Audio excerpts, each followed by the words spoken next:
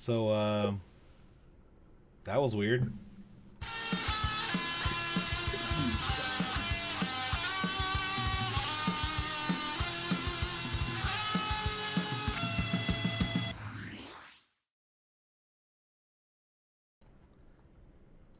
So yeah, we're back. It's been year and a half. We thought that Crazy. we thought that we'd be coming back 2020. Like we were gonna take a few months off, and you know get get our shit together. And it turns out that when the world falls into a pandemic and all of us are like, this will be like, this is gonna be quick.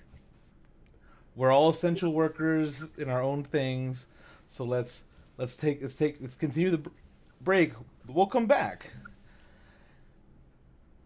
another year later, year two So, of the pandemic, still in it. still in it. And you would think that it would be like the perfect time to do content, right? But how busy it got during that is a little crazy. So Yeah. Yeah, it's problematic. That's You that. said the secret word. He said problematic. uh, so the last, what have we been doing since the last Since July podcast? 2019. Since July 2019. Well, I I got COVID. What about you, Fought? I got COVID too. I got it first. Remember? I know. I was just throwing it to you. uh, and Nick, what about you? Well, I didn't get COVID. Um, so that's cool. That's a Um, good. yeah.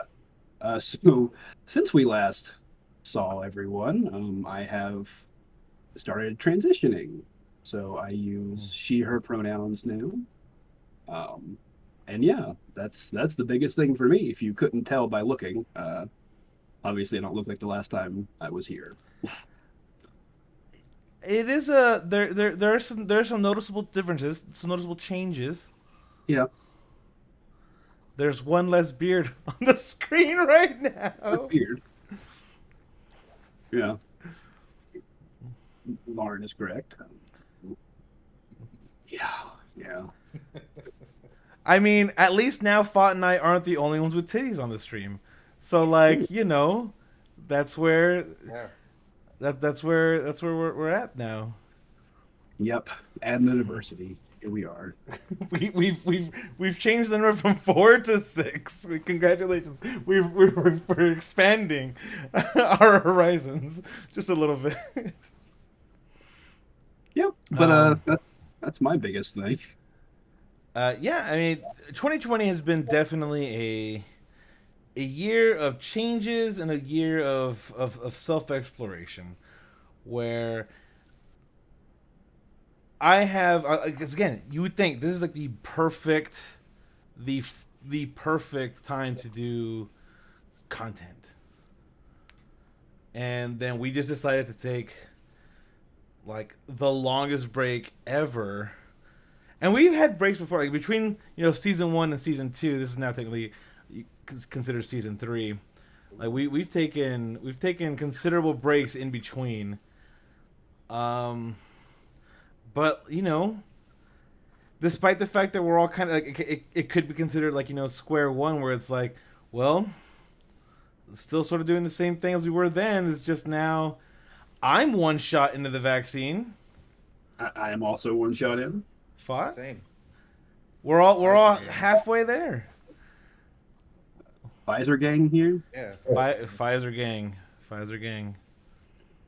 It's a little strange how close we are to what you could consider like a the end of the tunnel, the light at the end of the tunnel, right? Right. You can sense the normalcy like kind of coming our way. Like you can sense it. And the problem, at least here, and I know probably also for you, Nick, the something about the South where like so many people were ready for normalcy already.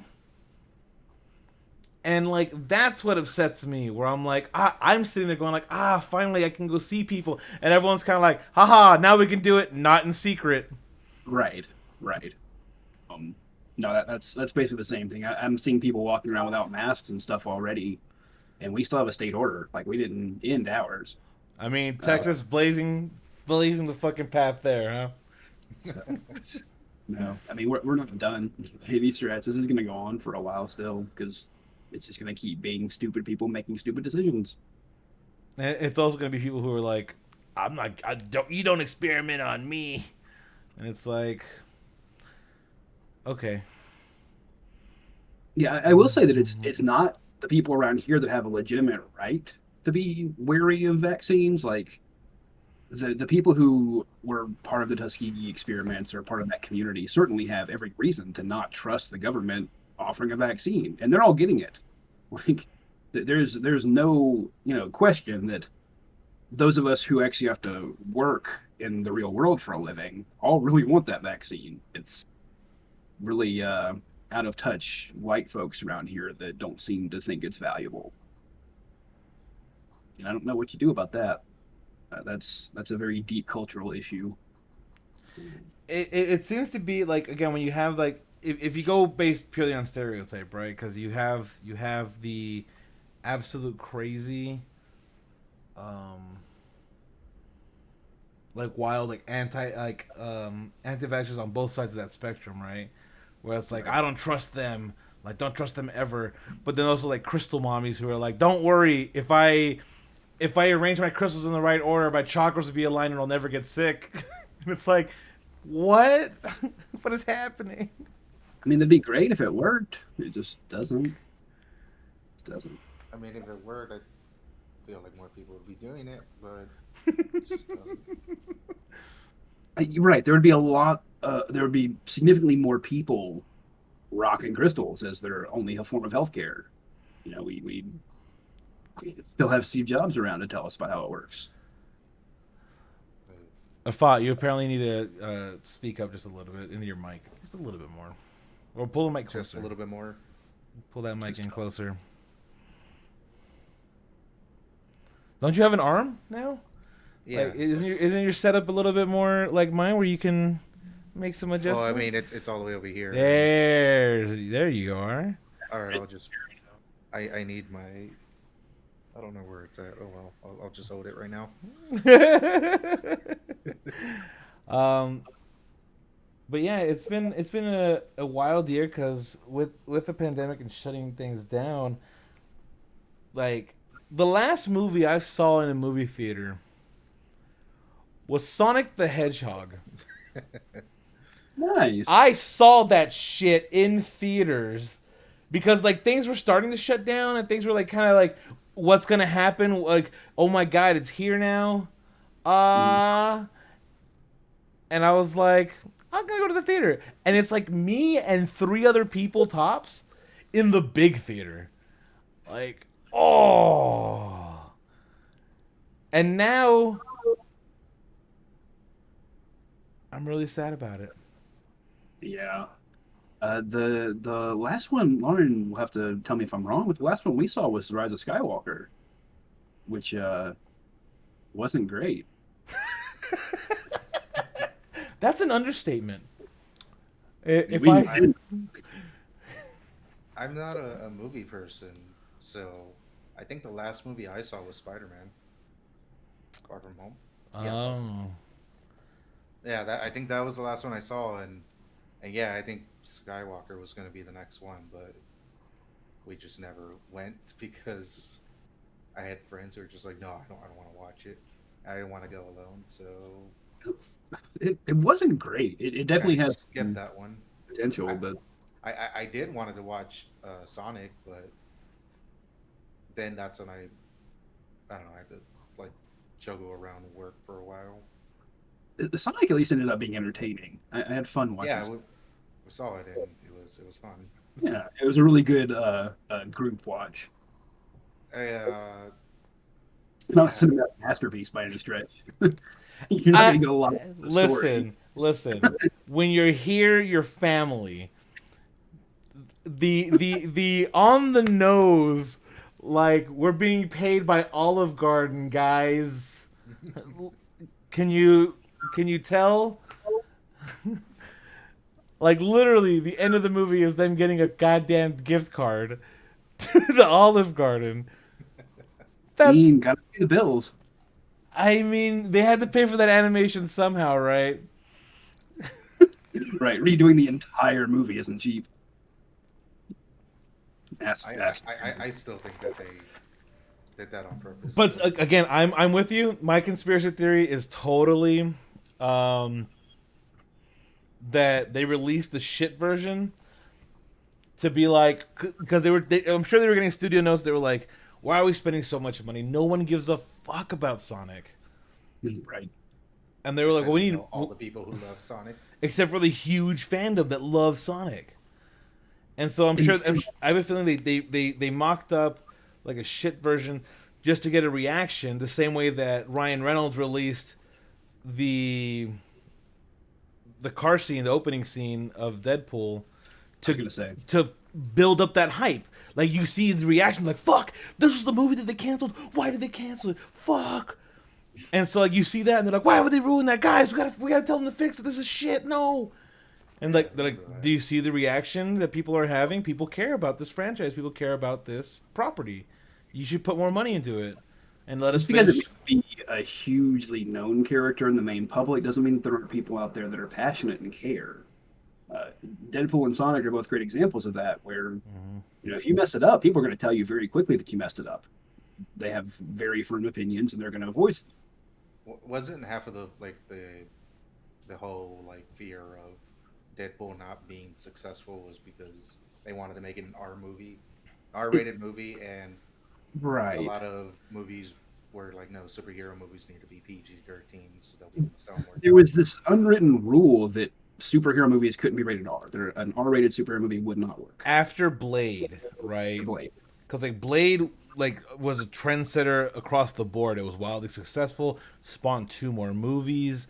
Like it was rated R. It had a black lead, but once you started getting into like the safer formula, like they were going for that broad appeal. They broaden it. Because even in X-Men 1 came out 2001, I believe, something around there, which is a couple years after Blade, and the problem with what they were trying to do, they were kind of like, we can't make it look too superhero. And so like there's that line where Cyclops Wolverine goes like, you guys, this is what you guys wear, and Cyclops goes, what did you expect, yellow spandex?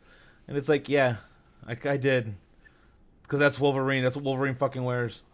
I mean, I don't necessarily need him to be in it every second of the film, but I would like to see it. I really would. Like even a modern take on it, not just like everyone's in black leather because it happened in the Matrix and Blade. God. That's such a vestige of that time period. The post-Matrix world. Directly post-Matrix, it's like we gotta have the slowdown scene. We gotta have them wearing black leather. How else will people know it's an action movie? How else will they know that it's badass? Like, how do you know? Fucking rockin', dude. I think Blade, though, kind of worked because people didn't realize it was a comic movie. Like, they did steer it away from that, and a lot of people saw it just because it was a cool vampire movie. It was more akin to, like, a Twilight than an MCU movie at the time. And that kind of worked in its favor, I think. Well, and that's where I think that you see, like... Do you know? You could tell that like the MCU had started with that kind of like idea, but they couldn't. They very smartly and very rightly, like pulled back. It's the reason why there's creative differences with Ant-Man and Edgar Wright. Like the reason why is because like Edgar Wright was going to make a heist movie, and like his idea would be like, hey, you can take these characters, intertwine them, but like each one be their own thing. And that's why now you're going to see like Doctor Strange 2 is apparently going to be like a horror movie sort of, and it's kind of like, okay, you can kind of go that where you bend the genre enough but still fit it within the MCU. Because the first ones had to be like straight, very straight stories. Right. Like Captain America is a very straight story. Iron Man 1, Iron Man 2 is very straight. Thor, all that's very like, straight and narrow, not even super wild. It's just we're establishing things. And then now that you have Guardians and you have like this cosmic entities, and now we fought space monsters, it's like, all right, cool, we can do whatever the fuck we want now. Like we have free license to do whatever we want, and so we're gonna make WandaVision. Right. Like, we're gonna make a trippy throwback show that's gonna connect to the movies. And play with stuff. We're gonna play with aspect ratios. We're gonna do whatever the hell we feel like. We're gonna make an episode or 2 episodes that's all black and white. Yeah, purely in black and white. And it's like, okay. I think, if I remember correctly, Edgar Wright was quoted as saying that they wanted to make an Ant-Man movie, not an Edgar Wright movie, and that's why they had the split, was because they didn't want to make a movie that he wanted to make. They wanted to make what fit into their universe. And now they're starting to realize that you can kind of do both. You don't have to keep it boring just to keep it to where people will remember the stuff from the last one. That's not necessary. I mean, I don't know. I don't even know why that was such a hard thing to present either. Because I mean, you recast Rhodey, that didn't bother anybody. Like nobody was like, "Oh, who's this person?" We all kind of just were like, "Oh, okay, that's Rhodey now. Cool. We'll just move on with Don Cheadle. Whatever." That didn't seem to mess anybody up. Boom, you looking for this? I thought he did a great job of it. Captain America, the first Avenger has what's her face, Peter Quill's mom. She's some random girl in the 50s as well as Peter Quill's mom. Like they recast people all the time, even within their own universe. Like, just roll with it. It's fine. We don't have to keep it quite that tight. We can experiment some, and it's clearly working for them. I mean, WandaVision was, even if people don't like what they did with it, it was still incredibly popular and was a huge part of the discourse for quite some time. I mean, especially using the rollout model they did of having weekly episodes drop. Oh, I love that. Like just having an entire week to talk about what we've seen. Right. Like I hate it from the aspect of I want what I want faster. Like I want it now. But I do like that we talked about it constantly because you were just sitting there thinking about it all week. Like, damn, I'm excited for Friday to come so we can watch the next one. There's the, and again, it comes with again pandemic mentality, right? We have always been used to binging, and a big part of that is that like there was really never enough time, and there really isn't. Where if I can sit there and knock out 4 episodes, then knock out another 4 episodes, and then knock out another 4, there you go. That's 12 episodes done. That's the season. We're good to go, and that was the weekend. Like I have shit to do. There's so much content, but with the pandemic, a lot of things slowed down. A lot of people were consuming a ton of media, and the big problem is, and I don't know, I don't know whether to call it the just the Netflix problem because other streaming services were doing it as well, but right. So, and I also don't know whether to call it the She-Ra problem or the Kupo problem, even if they're animation. Like they dropped a season that you, in order to avoid spoilers at all, you have to watch the entire season very, very quickly, and there's no time to digest it. There's no time to, like, the individual beats between episodes don't get discussed enough because you're looking at, like, what the ending of the season was. Like, what was the build-up? What was the ending? Where was it headed? And that kind of creates a weird use it and abuse it kind of mentality when it comes to content and shows. And when you have it week to week, you get to sit there and it is part of the discourse. It is a part of the zeitgeist for way longer, and you can sit there about like, oh man, dude, this. And if you're only waiting for one episode, people who are busy, work nights, whatever, can avoid it for a few days, watch one episode, and now they're part of the conversation too. They don't have to wait a whole fucking season worth of content to join in the conversation. Like I think it's more inclusive that way, and it's a lot more accessible for people who aren't, as what's the word, media hungry as people like myself are. Right. Yeah, I take forever to watch anything. Meanwhile, Yeah, I'll watch it like the same day. Like I'm gonna go, oh, okay, I'm gonna watch all of it. it was actually kind of helpful for us because, I mean, Elle and I both have a hard time with sitting down and doing one thing for an extended period of time. It's just hard for us to stay focused on one thing unless we get super into it, which happens. But it's much easier to be able to take one episode at a time and still be able to kind of noodle it around and let it kind of breathe for a minute and really take it in. You don't always get that when you're streaming because there's just this rush to get to the resolution. And I think conceptually too, when you're building a show and you know that it's going to be released episode by episode, you kind of have the tendency to make it a little bit more, you know, fulfilling on its own. It's a little bit more satisfying that way because you're not building it just to get to the next episode. You actually are leaving people on that note for a full week before you bring anything else out. I think it worked really well. It does change your entire writing and design Right. of the story, because you have to have it be enough of an answer on its own to let it sit there and rest. Because when you think of I say Daredevil season 1 is a 13-hour movie. And Yeah. it all blends together because it was designed to be binged.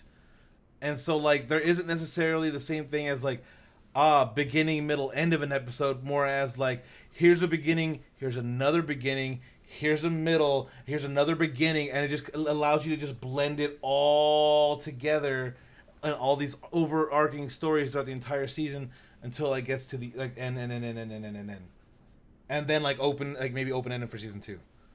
Right. Like you create these huge arcs, and that in itself is totally a worthy, like, concept and endeavor.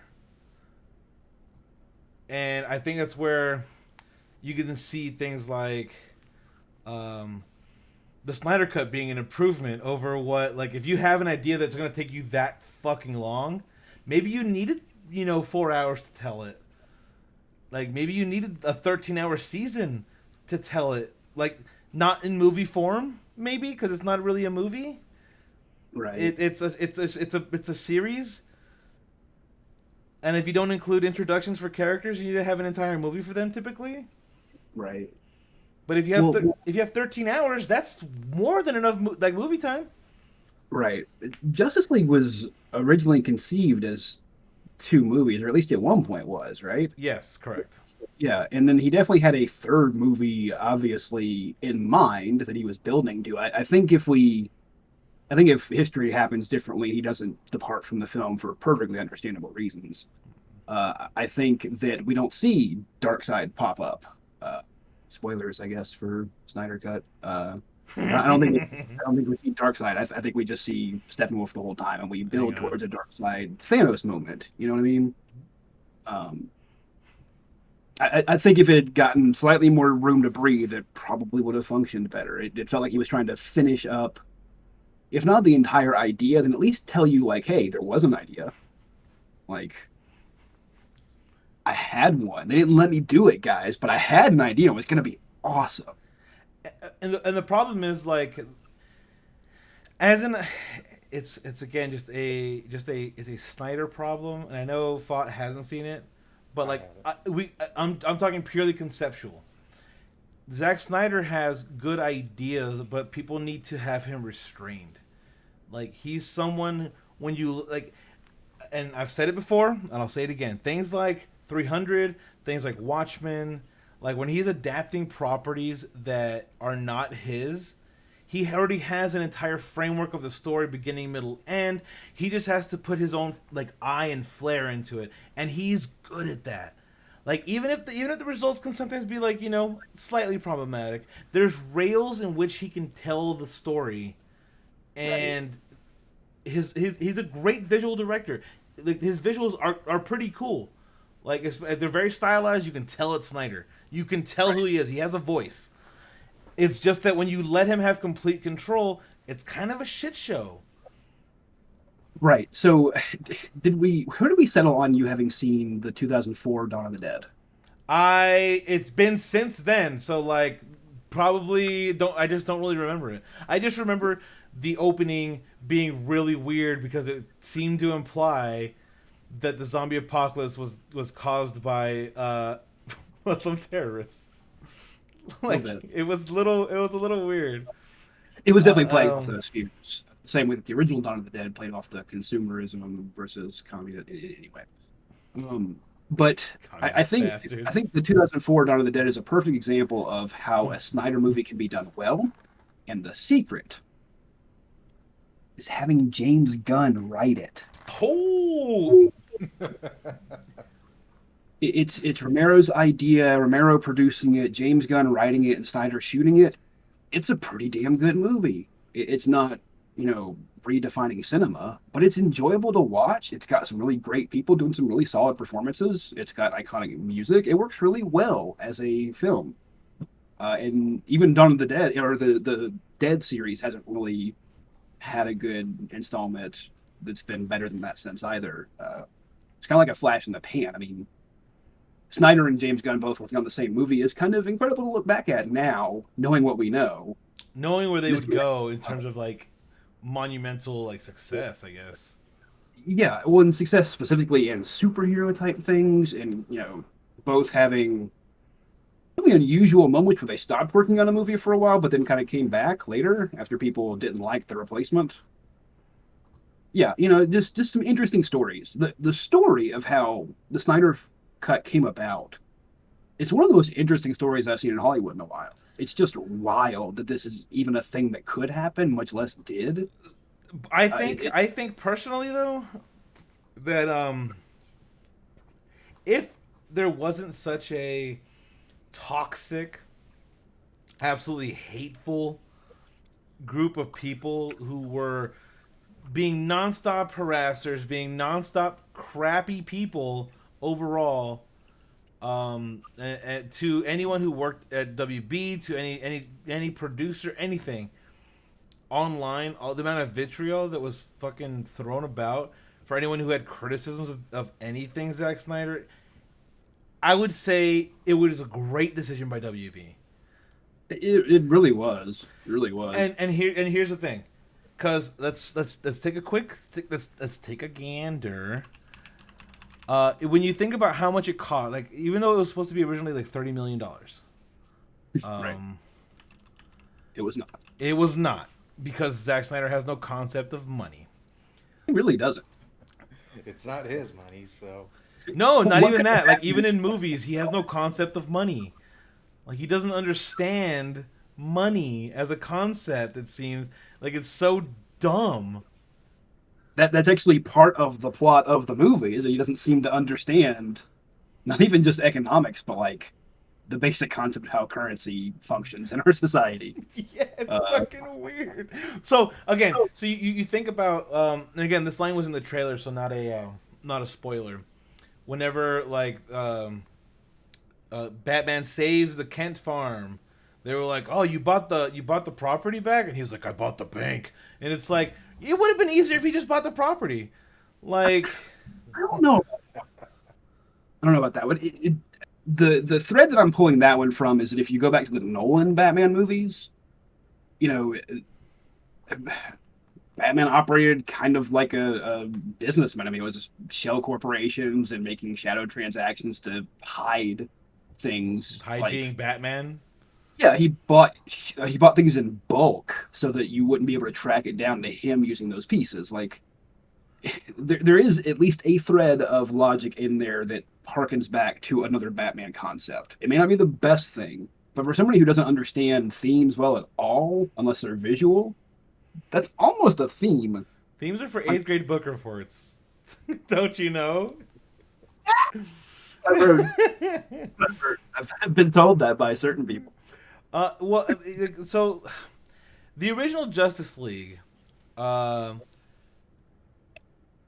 in a box office of $657.9 million. On a So, budget of uh, that's a good question because that would budget of 300 million. So, if you go with the common equation of budget times two for promotional shit, 600 million. So they made 57 million. So sure, like they pulled the profit. It wasn't the $1 billion, like insane. It wasn't the big money. It was just money. But I mean that's also the problem, which is another problem of Hollywood and gaming right now, where I'm gonna put all my eggs in one big basket instead of a lot of smaller baskets. Like I need this movie to make $1 billion. Like, well, why? Like you shouldn't need that. That's a problem. if the movie has to make $1 billion, it's not a good investment. Yeah, like That's- you're. Oh, it'll definitely do it. It'll definitely do that. Like, no, dude. Like, you need to make smaller, more intimate, personal films. Like, give me some mid-tier movies. Like, those are where like people really enjoy themselves, and you'll get it. You'll get your profit back. Super had a budget of what, like 5 million. Like, It was the thing. That was kind of the point, though. Like it was done that way intentionally, and it worked really well. yeah, like you can make those kinds of movies. But yeah, so Justice League made, I guess you could say $57 million in profit if you put that equation in there. But so the idea that it would only like how much is a movie right now like to cost 100 million to 300 million. Yeah, blockbuster at least. So you have this pandemic. You're starting to release stuff purely through HBO Max. Like you're sitting there and you're going, fuck, we just put in $100 million, $150 million, $200 million into this movie to just release it on streaming. That sucks. Like, fuck, how are we gonna like what do we do? What if we just like people have been asking for it? Fuck it. Let's put a few $1 million out there for him to just finish that movie, and now we have two movies that only increase the budget by like a fraction. Right? Yeah. So that's where I think like WB would have been when you add in all the context of the vitriol and the hateful nonsense that came from release the Snyder Cut, bleh.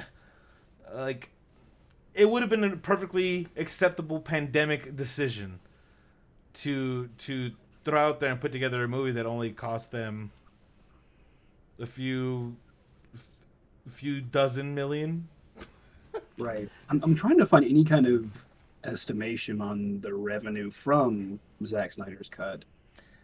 And it's hard to quantify it without box office. Yeah, you have no subscription numbers, and it's kind of like whenever Falcon and the Winter Soldier started. What was the press release? This is the most watched debut on Disney Plus. But like, how do you quantify that? You can't. You're not releasing your fucking numbers. You're not releasing sub numbers. You're not releasing any of that shit. Like, how can you? Like, how do you know that's not just smoke and mirrors? Not saying that Falcon and Winter Soldier isn't great. I love it, but I'm just one person. Like I don't have behind the scenes numbers for that shit. Right. Like Aquaman pulled in 1.1 billion. Wonder Woman 822 million. Like, but Endgame 2.7 billion. So it's like throw in 70 million for a Snyder cut. All the footage, for the most part, most of the footage was already shot. Right. Like you basically have all the spare parts. You have all the Lego bricks. Put together a fucking castle. Go for it. Fuck it. Pretty much. Pretty much. But I think that's a perfectly acceptable pandemic response. for a Yeah, I studio. mean, when when the release of Snyder Cut thing started happening on Twitter, I genuinely could not have imagined that we'd actually get that. Much less it would actually be different. I mean, I'm shocked at how much different of a movie it really is. I mean, what, like 5 minutes of shared footage? Like, it's not a lot from the theatrical cut. It's amazing how much they left sitting on the cutting room floor at all. Uh, it's really interesting looking at the movie process to see how they came in and were like, we got to cut an hour out of here. Let's write one scene that covers an hour of the original movie and just gets us to this next point instead. Uh, I mean, just fascinating. The biggest shock to me is that I cannot get over the fact that they actually spent money to Photoshop Henry Cavill's mustache out. I see it because Ooh, I just don't. But that one fucking moment though was unnecessary, even in the context of the original movie. Like if you can take the stuff that they did for the original movie and still be like that wasn't needed, and that was definitely a moment like the weird like, haha kid, hello, you with your cell phone, how are you doing? And it's like, why did you need that scene? Like to show that Superman's like part of the people, I guess. like you need to have a save the cat moment, obviously, but that's not what that ends up being. The introduction of characters in the theatrical cut or lack thereof is shocking to me, knowing how much was there. Like that whole Flash introduction was there. It existed. You didn't have to like cut that out. That is a perfect save the cat moment with one slight thing again, like the whole brushing the hair side thing. Ugh. But other I than that, mean, like no, great scene. that moment is only weird after you know what the actor of the Flash like did to that fan. It's especially weird then. Like It's all. it makes it like so much more like hmm. I mean, Ellen and I Hmm. both were like, let's not do that. No, that if you ever find yourself able to move super fast, you should not take advantage of the situation to sexually harass people. That's my note.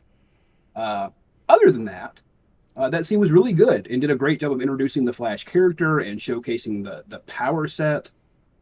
It was a great scene. I don't know why the hell they would ever cut that. I mean, it just Well, because they wanted an hour and a half like cut. well, okay, but cut an hour and 27 minutes then. Like, find that extra 30 seconds of that scene somewhere else. That's important, though. Well, We I mean that was my problem. Like I've had that problem again. Like I showed you, I showed you even screenshots. Like since Batman v Superman, that's a fucking problem. Like the fact that like even in Batman v Superman, you have the problem of Wonder Woman just being, you know, this mysterious, aloof, like, oh my god, who this girl? Like, oh, she hacked the information that I stole. Like, oh my god, she's also really, really smart. And it's like, when the fuck did Wonder Woman learn to hack? Like, what do you like? What the what? Like, I get that like she could. It's not that she couldn't. She couldn't. It's not that she can't be very smart, especially for how long she's been alive, etc., etc. She's been there since the beginning of that technology, really. So like, why couldn't she be one of the most fucking brilliant tech people in that entire fucking super team? Like, you have Batman trained for so fucking long. Oh yeah, like Wonder Woman's been training like ninja shit for fucking ever. She's way better than that. Like that alone could put her before Thomas Wayne was born, she was kicking ass. right. Like you literally have the ability to explain away essentially like why she would be super mega hacker and like super mega smart and she's everything. Like she doesn't have to continue to be fish out of water. She left that fucking pond how long ago? But if A we show century her, ago? but if we show her being smart and capable, then we won't have time to put her in a gala dress at work in a museum. Do you So see what I mean by like that's a Snyderism to me? That is. That is 100. Nobody would wear that dress to that job. Just let me assure you, it's not happening. Like if you're restoring paintings, you're gonna be in a smock and like painter's clothes because you're gonna get dirty working on Yeah. on Well, stuff. one of the things about her bit in the movie that I still didn't love was like they're talking about how they need a pilot or something for something, and she's like, "I would have been a great pilot for that." Like, really, just the one dude? That's the only pilot you've ever known? Like, you never got to know any others this whole time? Like Like, that was World War One. World War Two still happened. right, and there were some pretty good pilots there that were probably going to be better at flying modern aircraft than a World War One pilot if I just had to guess randomly. More importantly, though, like this is a canon queer character who, at least Yeah. in the theatrical cut, has had all of her agency removed. She's not doing anything that entire time between without the rewrite of '84 between World War One and now. She's just doing nothing, just being quiet and hiding No, out. you know what she's doing? She's sad. She's sad because her boyfriend died. Mm-hmm.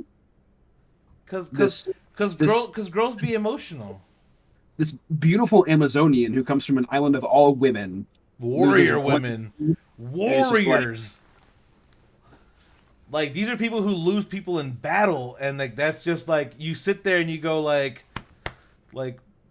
they died a death worthy of their stature. like she holds on to fucking what's his face more so than Cap holds on to Bucky. Like it's odd. It's odd. Like at least in that relationship, I can kind of see them still like having an issue. Is like that's your friend. That's somebody you've known your whole life that you've lost. Like yeah, that would still fuck me up a few decades later.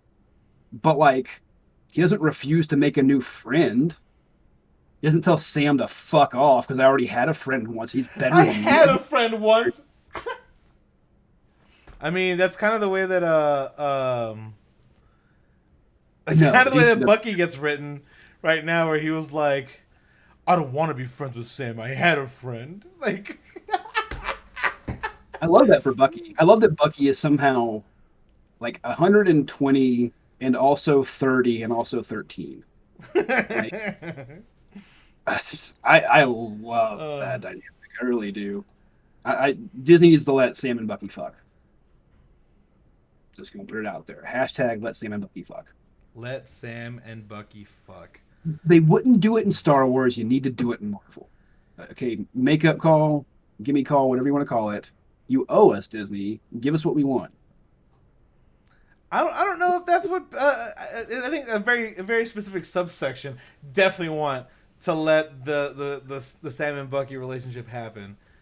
But Look, if they weren't setting up for it, I wouldn't want it. But like, there's a lot of tension there. there is some real tension in there. I've been with people without that much romantic tension. Like, yeah, it's there. It's thick. It, but I think that it's a very smart idea. That I'm still a little upset that they haven't actually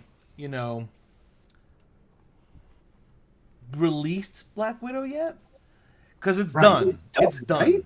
It's Yeah. been done. They're holding out hope to get it in theaters. Right. They realize like this movie is not going to work if it goes on streaming. It's already released. It has a release date now, though. I'm just saying, like they were holding out hope that they could get it after COVID, and they did that for a full fucking year. But here's the thing: they're gonna release it July 9th, and which means that they're gonna do the premium premiere thing, the same way they did with Mulan and did with Raya and the Last Dragon, where like you have Disney Plus, but it's gonna cost you another $30 to rent this to get it early. Right. And it's a little weird to me that like you have that system, but at the same time I feel it's bad for the least for the, when you have less people that are going to be available to watch it. Like me, I'm an individual.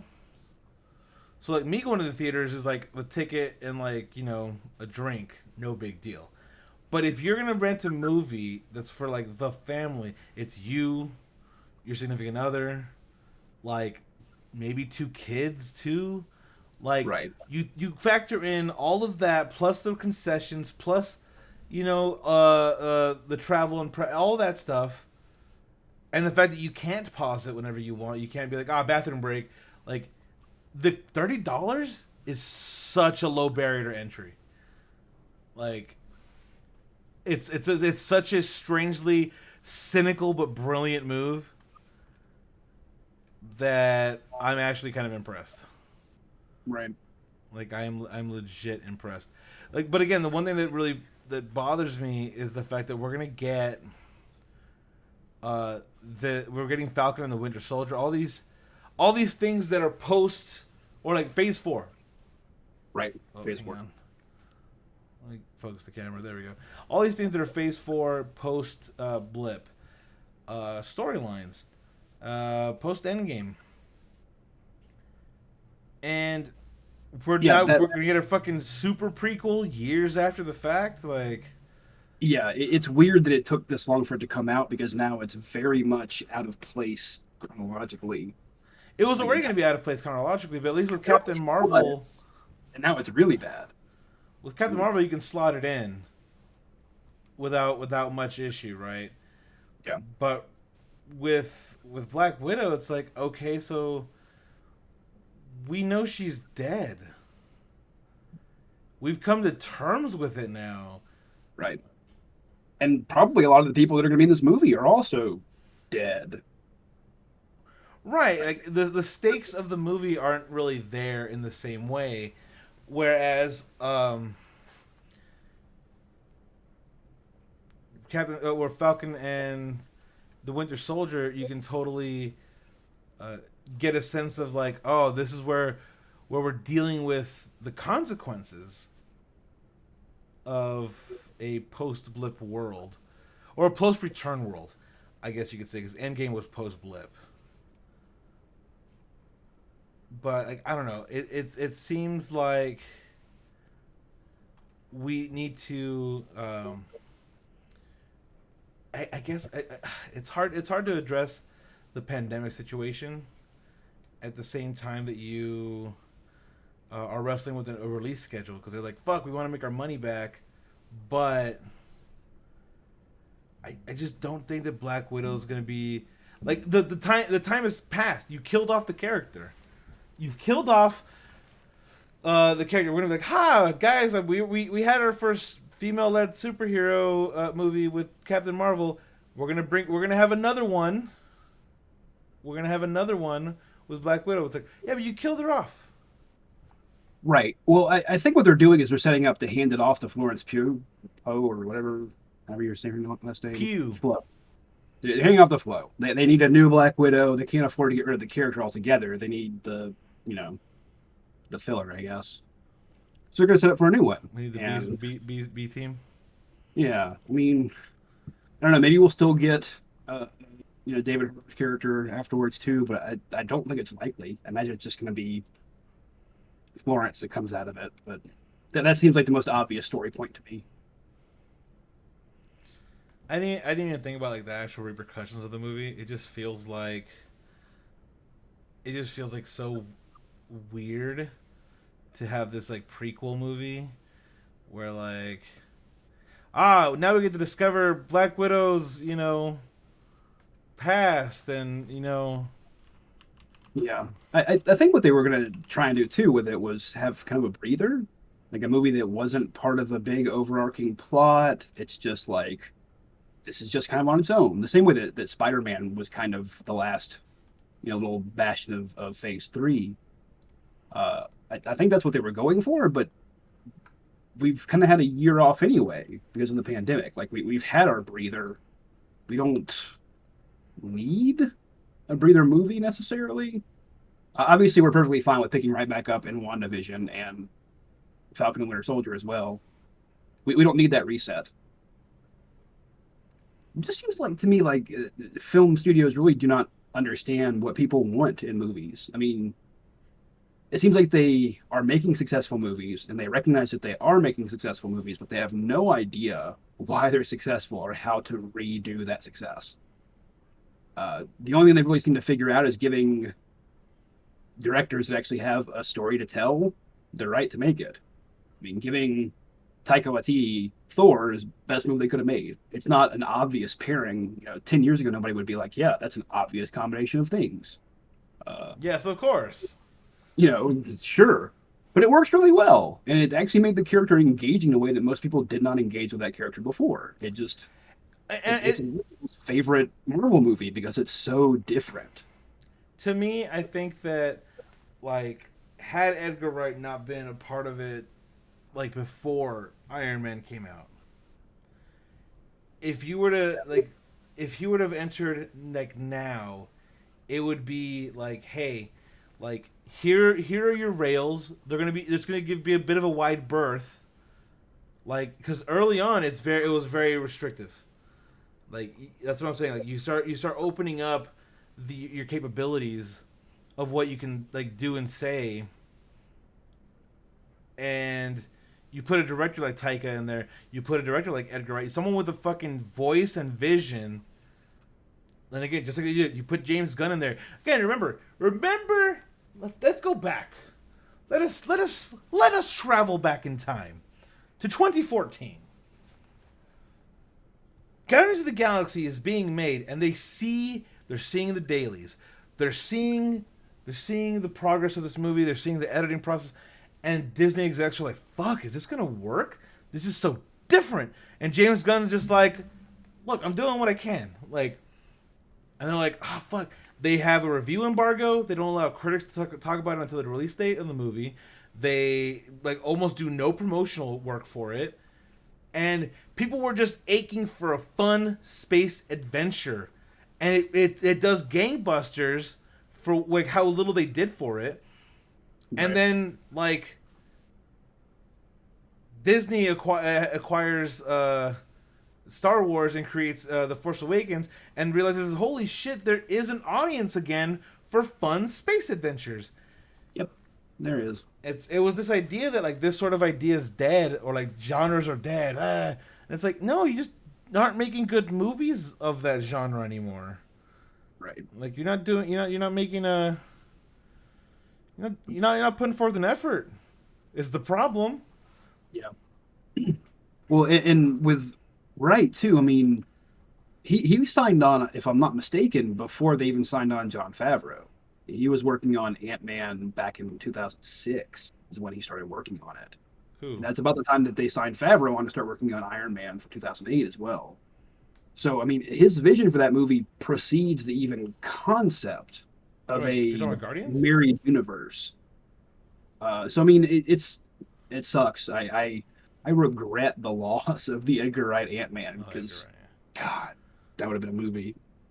But man, that would have been cool. I mean, it is one of those things where you see where there would have been absolute genius at play with purely playing with concepts, playing with the characters, and you can see that again in the way that the Suicide Squad trailer came out, where it's like you can accept you have to take the stakes seriously enough, but where you can still have jokes with it, right?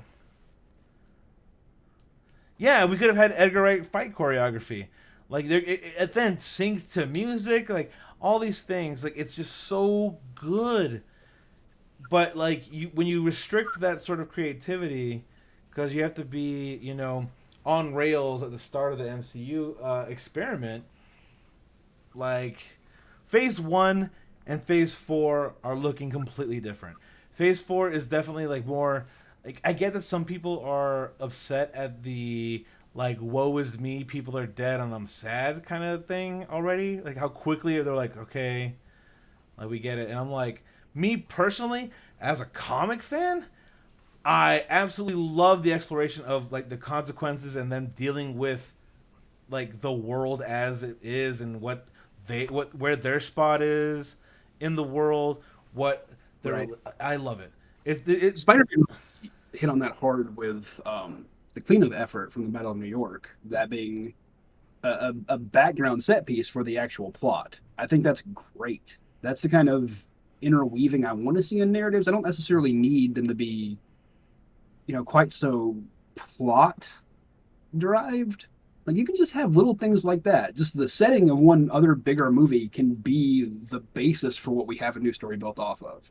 And I like that. I like that a Daredevil lot. season 1.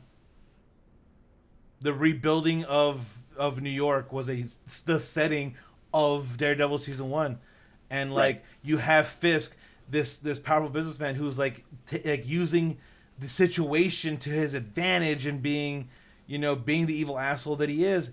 That's a cool story and setting, and you have that entire show centered around that.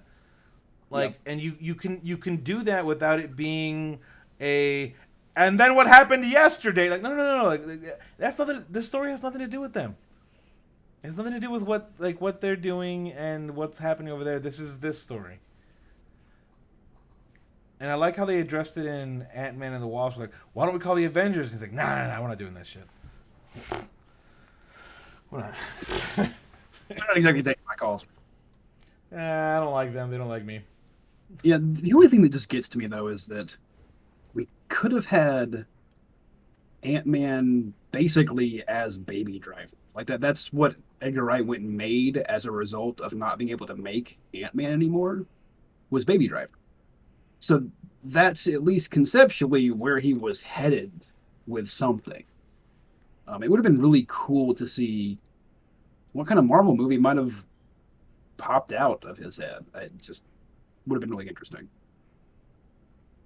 Yeah, I just think that there's a delicate balance with like with the pandemic happening, how you release stuff and how you like frame things, like, and how you release it. It's gonna be matter more a little bit, Right. like, because everyone's been so used to the binge model, and like because of the pandemic, like the regular release of movies got fucking halted. Creation of movies have been slowed down, and so they're like they're holding their cards and they're like, I don't know when to put them down. Like, I have all these movies made, but I couldn't do them the way I normally do. Like, okay, here's one. Like, Right. The same with shows who make content year after year. A lot of them were just like, okay, let's just hold off and see if we have an opening if COVID goes away, and it didn't. A lot of people were just kind of stuck sitting on their hands. Um, I don't know. It's been a weird time for everything. yeah, and Really. even game development, Same. like the whole pandemic has slowed so much down that whenever I hear someone complain about like delays about anything, I'm like, do you understand how different it is to work in an office around everybody versus everyone at home and you have to coordinate that? Like, it's a whole different, it's an entirely different vibe. Right. And it's the reason why like I'm okay with them like extending, because like, they could have easily just been like, bam, here's WandaVision, enjoy your or your 9 episodes. Yeah, they could have. But now they have like 2 months worth of stuff, and like there you go. Then they wait a week, and now it's Falcon and the Winter Soldier. So you have another however many episodes that's going to be. Technically, didn't even wait a week. There was the making of that came out in the intervening week. So they have some sort of content dropping, whether it's narrative or behind the scenes, every week for the rest of the year. And that's a pretty solid way to keep your product in people's minds. I mean, again, every Friday for the next, I don't know, we've had 3 months worth down. So, we got 35 to 37 Fridays left. We're still getting stuff every one. It's going to become habitual. Same with HBO Max, like where they're going to release a movie every week. I think they said. Something like that, yeah. And then you have the absolute dumpster fire that is Paramount Plus, where they just announced. I don't know if you saw this. They just announced that one of the things that's going to be like an exclusive drop is the Woody Allen interview. Yeah, and it's like you guys already don't have content, but you're gonna be like, guys, who wants to see an interview with Woody Allen? Nobody. Like, what the fuck? That is bizarre. Like, Paramount Plus has one thing going for it. It was the same thing that like WB has going for it. Was one as soon as HBO Max, like once they realized that we can't have a WB app and an HBO app, we need to like put it all together. Because like, how stupid are you really to be like, oh, they're gonna pay an extra $10 a month for access to the DC universe? Like, no, they're not. Because like now, We thought they were, but clearly consumers weren't having it. I mean, clearly, but you have this group of shows and everything that you can be like, hey, get HBO Max. You can watch all your DC movies here. Awesome. Mm-hmm. All the old cartoons, everything, like, hell yeah. All my Bugs Bunny, hell yeah. All right here. Paramount Plus has one thing going for it, and it's like all the old Nick shows. So you have a ton of Nickelodeon shows there, but like, you have nothing new other than like, the SpongeBob movie that came out last year. We're gonna bring back Frasier. Because that's what we were all clamoring for. And then, like, guys, exclusive to Paramount Plus, this Woody Allen interview. Wow, you're killing it, guys. You're killing it in the game. Like, that just seems like a really poor choice. It's definitely not the kind of choice that executives that know how to run in a company, should be making. Personally, I don't know. It's so weird. It's so weird to me. It's honestly just like, because who's making the Top Gun movie? Who's making Top Gun Maverick? Good question. Because I feel like if it's gonna be them again, shit, I can't even. Is it Paramount? Oh my God. 10 Cent. So it's being distributed by Paramount, but it's being produced by Skydance, Bruckheimer Films, New Republic, TC, and 10 Cent Pictures, which apparently there's a 10 Cent Pictures. So That's gross. 10 Cent is just like having their hands in everything, then, aren't they? That's incredible. Apparently they've been doing it. Their first thing of any note was the Warcraft movie. I mean that's obvious. I mean, yeah, makes sense, but they at least contributed to Kong Skull Island, Wonder Woman, Venom, Bumblebee, Men in Black International, Terminator Dark Fate. That's why Dark Fate was a huge pile of shit. The Venom sequel, Top Gun, and Extinct. What was that? No idea what that is, but that's upcoming. So yeah, I mean, they're Monster Hunter. Yeah, that makes a lot of sense. Work in China, they're going to put money into it. Yeah. Also doing Wish Dragon this year, which I'm not familiar with. But it's one of those things where, like, what is Paramount doing? Like, whenever it comes to like distribution, like, okay, so now what do you have, guys? You have Peacock. You have Netflix, Hulu, HBO Max, Disney Plus, like Paramount Plus. CBS All Access changed something else, didn't it? Yes. It's hard to keep track. Oh, that became Paramount Plus. Yeah. Okay. Yeah, like that's what I'm saying. It's like, so you have these very, like, everyone's competing with each other, and it used to be like everyone just be like, throw it on Netflix, NBD, and now they're like, oh, they're making money. I can make a piece of that pie. It's like, holy Pretty shit! much. Like you guys don't know how to. Even while, I mean, it's wild to me because YouTube is still trying to figure out how to make money, really, and the content creators, the artists, don't really make anything off that. Uh, and the same with Netflix; they're having a hard time figuring out ways to actually monetize what they're doing. Prices keep rising. It's wild to me that so many companies have thrown money behind this, knowing full well that 90% of these ventures are going to fail. They have to. There isn't enough of a market space for them to all share.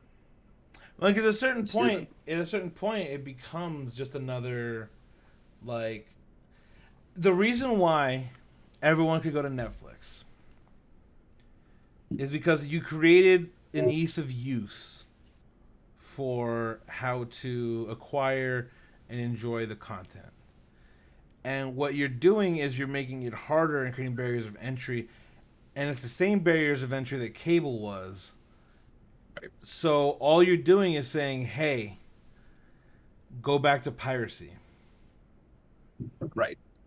The reason why the Netflix model worked for a long time was because it was only Netflix as an alternative. There was one place to go, and it had either what you wanted or it didn't, and there was nowhere else to look. Or But when you had a list where they sent you DVDs. I remember the DVDs, I had the DVD version. I had GameFly back in the day. I mean, Uh, again, that was a great idea where you're like, here you go, like, we'll send it to you in the mail, like, send it back, we'll send you your next movie. Like, and it was like, no big deal. You have it for as long as you or just buy it outright and keep it, and we'll send you the case later. I took that option a lot with GameFly for sure. You know, oh, I really like this game. I'm gonna keep Yeah, it. this is worth keeping. I know this one's going to work. I don't have to stress about it getting shipped here or anything. I already own it. I just now own it, and you send me the next thing on my list. It was a really brilliant system, and there isn't really any kind of equivalent to that today. You have to go back to effectively a pre-cable model where you're buying each individual channel, and half the time you don't know what's on that channel Yeah, because yeah. why is Friends on this network as opposed to this one? Like what? It's hard to keep track of the four companies that exist in America.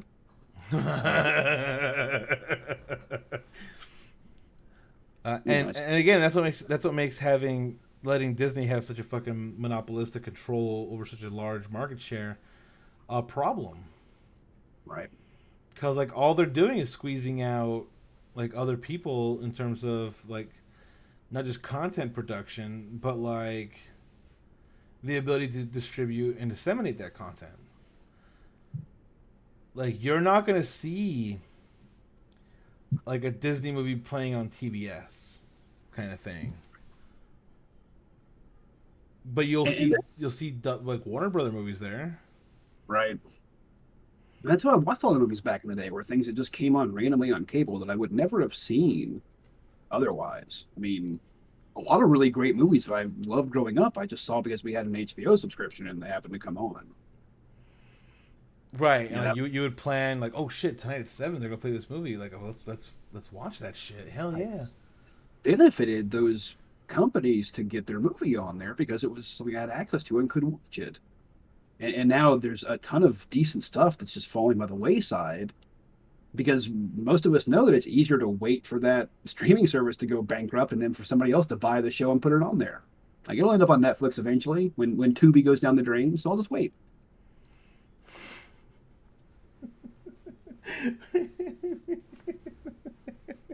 Tubi. all, I'm Tubi th- came and went in between our hiatus. all I'm thinking about, like, yeah, Tubi, and then what was the Katzenberg backed one? Quibi. Yeah, Quibi came and went.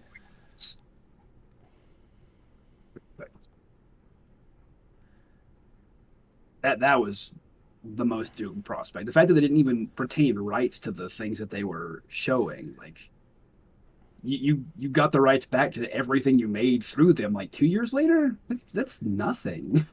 Like that's It cool. falls apart and goes under. But It's yeah, the thing that I didn't get was like, guys, it's shows for the modern age in this, like seeing it this way. you can watch it in portrait. Like, who the fuck is watching it in portrait? You You you know, you think because you see TikToks in portrait mode that people want to see it in portrait mode. I don't want to see a full theatrical TikTok. Like crazy enough, I don't want to do that. I don't mind watching something in portrait mode on my phone for like 5 minutes, but like any more than that, I'm tired of holding the damn thing. But I mean, that was the whole thing. Is like the idea of Quibi was supposed to be like, oh, it's gonna that's the length of time. Everyone has short attention spans. Episodes are gonna be like 5 minutes long, and it's like all you're doing is insulting your fucking potential base there as well. Well, and the attention span thing just drives me nuts. Again, as somebody who has ADHD and does have attention issues, the issue is not that I don't have an attention span. It's that if it's not engaging, I will wander. If you give me reasons to be taken out of what I'm watching, I will be. I will take any opportunity to zone out on something else. But if you make a really compelling show or movie, I don't lose track. I really don't. It's not an attention span issue. Worst thing, or worst case scenario, just put obvious ad breaks in your product, like act breaks at least. Kind of like how Snyder did all of those in pieces. So you know you can stop it and run to the bathroom real quick. That's all most people need is the knowledge of when they can stop and do something. I almost am surprised we haven't seen intermissions come back. Well, like, because I mean, intermissions were a product of 4 hour four production. 4 hour productions that had like people talking it before the movie, and then like a part of the movie itself, and then they have to change reels. So Right. like actual work, like everyone go take a break. We're gonna reset up the next part. Go get your. Let's all go to the lobby. Let's all go to the lobby. Take a piss and buy some popcorn. Cause we're about to watch the rest. And you don't really see the need for that except for in a 4 hour movie. Like you're not gonna if you were to be in the theaters and no one told you that the fucking Irishman was gonna be 3.5 hours long. Partway through that, you'd be like, I need to go to the bathroom. Oh Right. shit! I have to know how long something is. I have a compulsion to know how long it is so that I can time things out like that. Like I can kind of instinctively feel when we're going to hit an act break, so I can pause it there and go, use the bathroom or refill a drink or walk dogs because goddamn, I walk so many dogs. It's because you have so many dogs. They don't leave. They come and they stay, and I can't get them to leave. Uh, I can't get anyone to leave. Everyone who comes to my house just stays here forever. Yeah, True. chat. Tencent. True. Yeah, I don't like Tencent. And Hashtag hot take. I know hashtag hot take that company throws a lot of money for a lot of influence. Thanks, Epic. Thanks. Thanks for buying another game that I really love and probably ruining it, Epic. We're doing it. We're doing it. Uh, I don't know. It's just been very an interesting year, interesting time since we've been away, It was. It was. and I'm kind of hoping that as we're reaching this potential light at the end of the tunnel, where more and more people are getting their shots, and like as things kind of like smooth over, that we can enter a state of normalcy and like a bit of less cultural anxiety, because I think one of the things that definitely has helped people is gaming and movies and all sorts of things, because it's hard to deal with the realities that like, oh, if this was a zombie apocalypse, that's how so many people get turned. Like these There's a people lot of don't people give that a would shit. get bit and not say anything. There's a Yeah, lot of people. it kind of definitely changed the sense of the amount of selfish people. Like as strange as it is, like as individuals, like people people tend to be like good. But like when they become part of a like collective in a certain sense, it somehow makes them more selfish. Strangely enough, where they're kind of like, well, it doesn't affect me, so go fuck yourself. And it's like, if it was just me and you one on one, you would give a shit. But because it's me and people who also don't want to get sick, like you don't care. Like, and even then, did my best, still got sick. Because people around you didn't do their best. Well, I mean, you couldn't because like it became a thing. Like someone in my house works with children, and they were like, "We're reopening schools and shit." And it's like, cool. Like, and that's in itself its own socioeconomic issue in terms of like who could and could not really afford not having uh, public schooling to take care of people at work all day. Like, if you could afford it, it wasn't a big deal. Like, if you couldn't, it was a huge deal. Like, it always makes me like kind of like, we all know that like the stimulus checks weren't enough, but like even then, $1,400 isn't nothing. Like the $600 wasn't nothing. Yeah, It was still almost nothing, but it those amounts are so small that they make small difference, but not enough to really fix anything. It takes one thing off of your plate, but it doesn't fix your life. right, and that's kind of where it's like, man, you see, and again, it's where in the good times you don't notice it, and in the bad times you really do. Like even though like entertainment is a good, like, again, the whole opiate of the masses thing, like they did throw $70 million at Snyder to put together a second version of a movie, and it's like, meanwhile people are like, food. Right. Like, it's really weird because again, these it's the same people who are always like, oh, these people are overpaid athletes. It's kind of like they provide the entertainment for you nonstop. I don't know what to tell you. Like, that's important to people, and that's not necessarily the government's fault. It's not like the government pays them. They're not paid by federal contracts. They're paid by the entertainment industry. Right. And so, like, you got to know where those dollars are really going and coming from. It's not like, why are they being paid so much when people are this and that? It's like, well, that's a good question. You should probably look at where your tax dollars are going. Maybe you should have been doing that for all. And it turns out some of it does go to Hollywood. So, like, there you go. You know, like it's a weird vicious cycle in terms of like, the entertainment industry. Yeah. Like, strangely enough, have you heard of the game 6 Days of Fallujah? I have. I have. It's basically War Crime the game. Like, congratulations, participate in the war crime. Well, it's kind of that.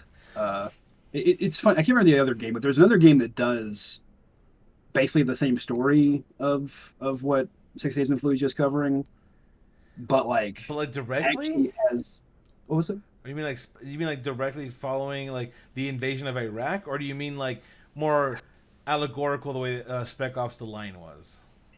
That I think that's what it was actually. Was Spec Ops: The Line? Was that the one where they end up using white phosphorus in the game to like accidentally kill Yes. civilians? Yeah. So that's the one that I thought did a really good job of actually embodying like the challenge of showing a war crime in a video game and actually trying to educate you about it and not just have you commit it repeatedly.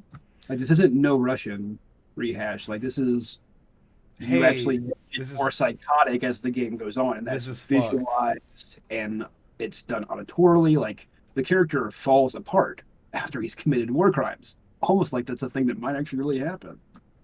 Whereas this other one, the 6 Days in Fallujah, they're not going to mention the white phosphorus because it's not a politics thing apparently.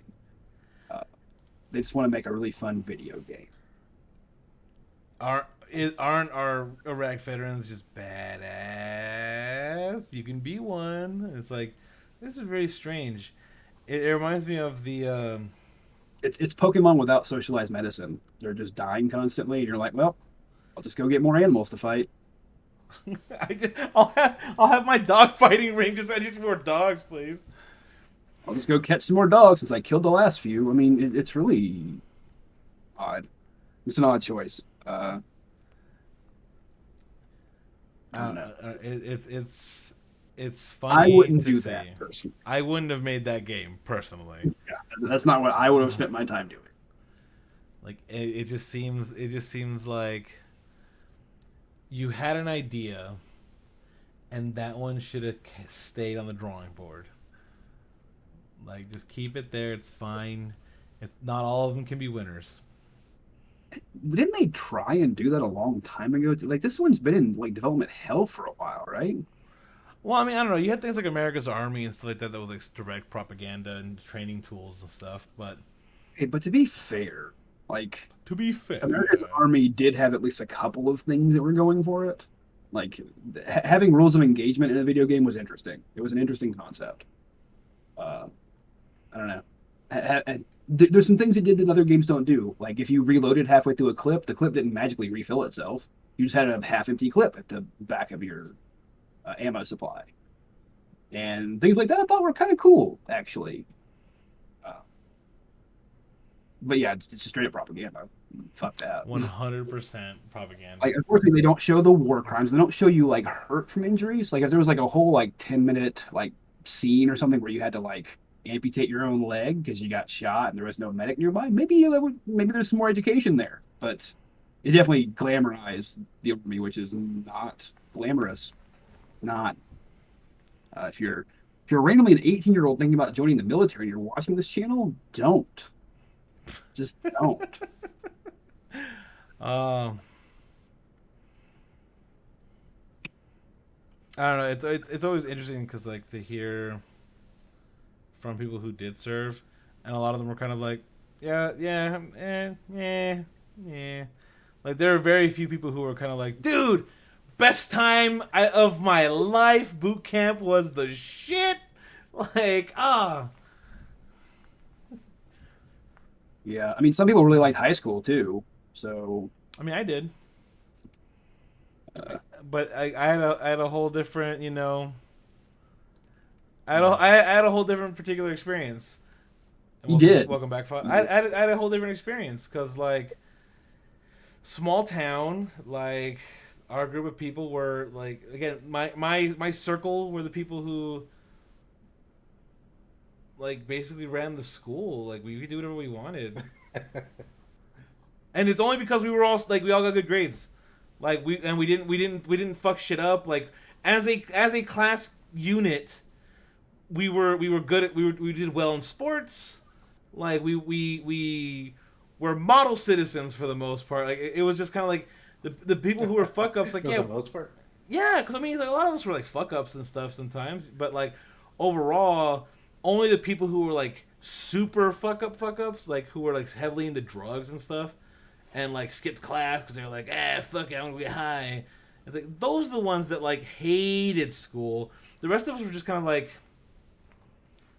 I mean, I get high at a party, but like I'm not gonna sit there and get high like during lunch and come back to class and not remember anything.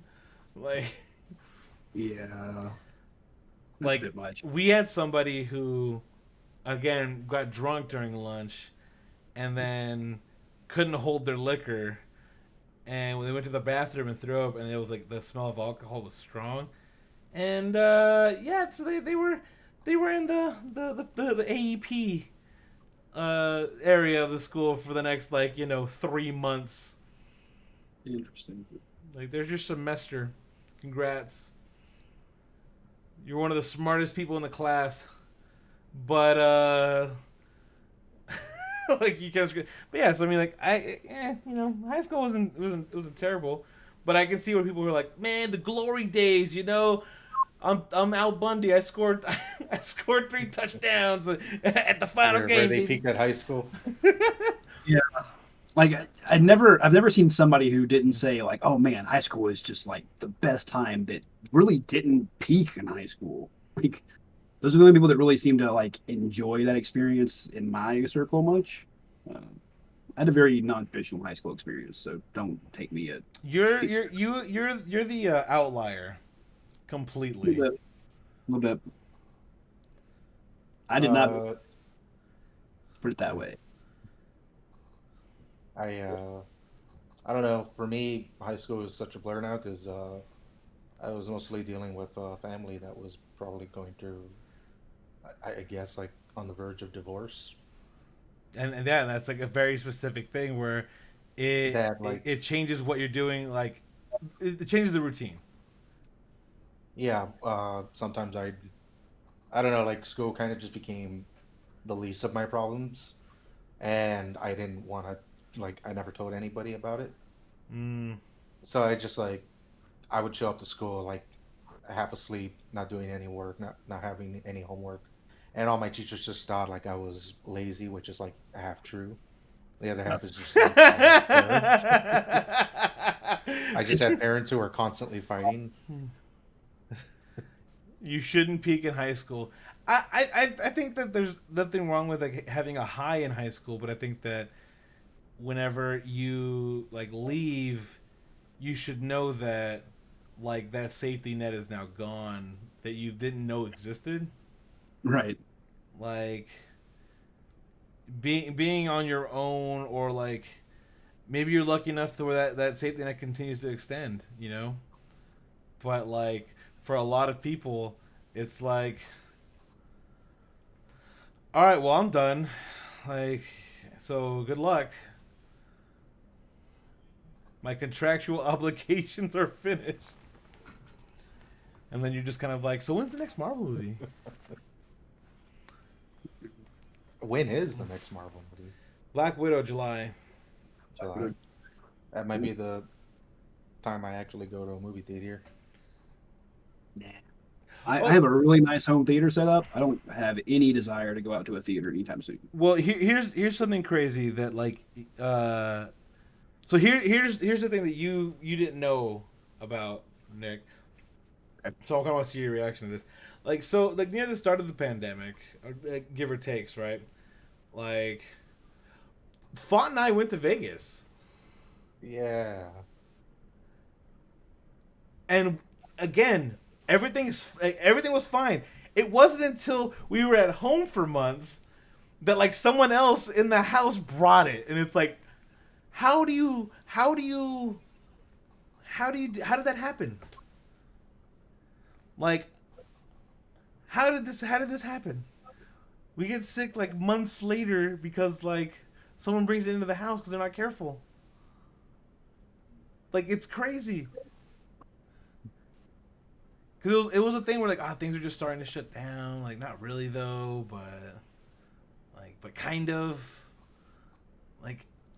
And then it I wasn't don't until know. Like after that that it was like, oh fuck, everything's gonna just completely be done. it was a little scary in Vegas just because the amount of people that were out.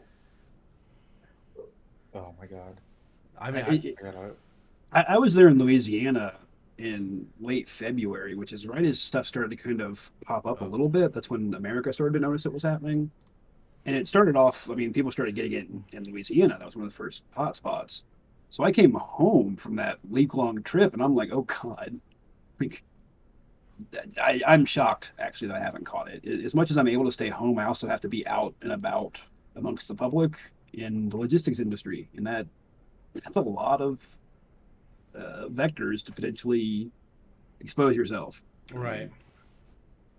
Not going to mention my company by name, but it's a big one. So, It's kind of one of those things where like the amount of people that I came in contact with, like I was always like extremely careful, and that's why it's upsetting.